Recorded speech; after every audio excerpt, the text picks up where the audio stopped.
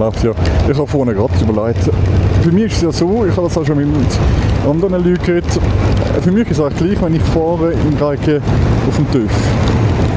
Wenn ich vom Arbeiten heimgehe oder von wo ich auch immer bin, heimgehe und den TÜV und das Kleid nicht gerade brauche, dann ist es gleich, dann kann es mich verregnen. Ich habe ja auch Regenkleider für den TÜV. Aber ich sage jetzt mal, dann kann es mich verregnen, das ist mir gleich. Weil dann kann ich die Heimkleider aufhängen und duschen und fertig.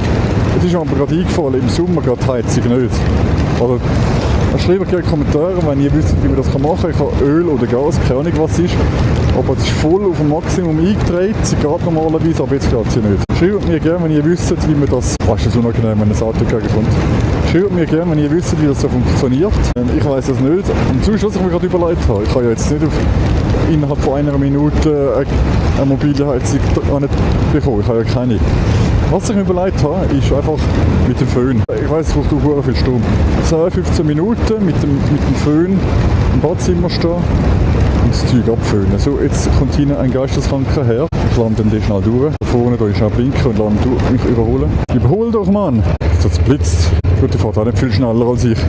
Nein, es sagt mir nichts, weil der Anstand so, dass ich den mich überholen lassen kann. Dann kann es nicht gerne, wenn es hinter mir fährt, beziehungsweise wenn es zu nahe fährt. Es hat auch keinen Angriff oder etwas. Aber es ist einfach langsam unangenehm. Es wird langsam dunkel und, wie ihr seht, geht meine Hand die ganze Zeit auf. Ich muss immer das Visier abputzen.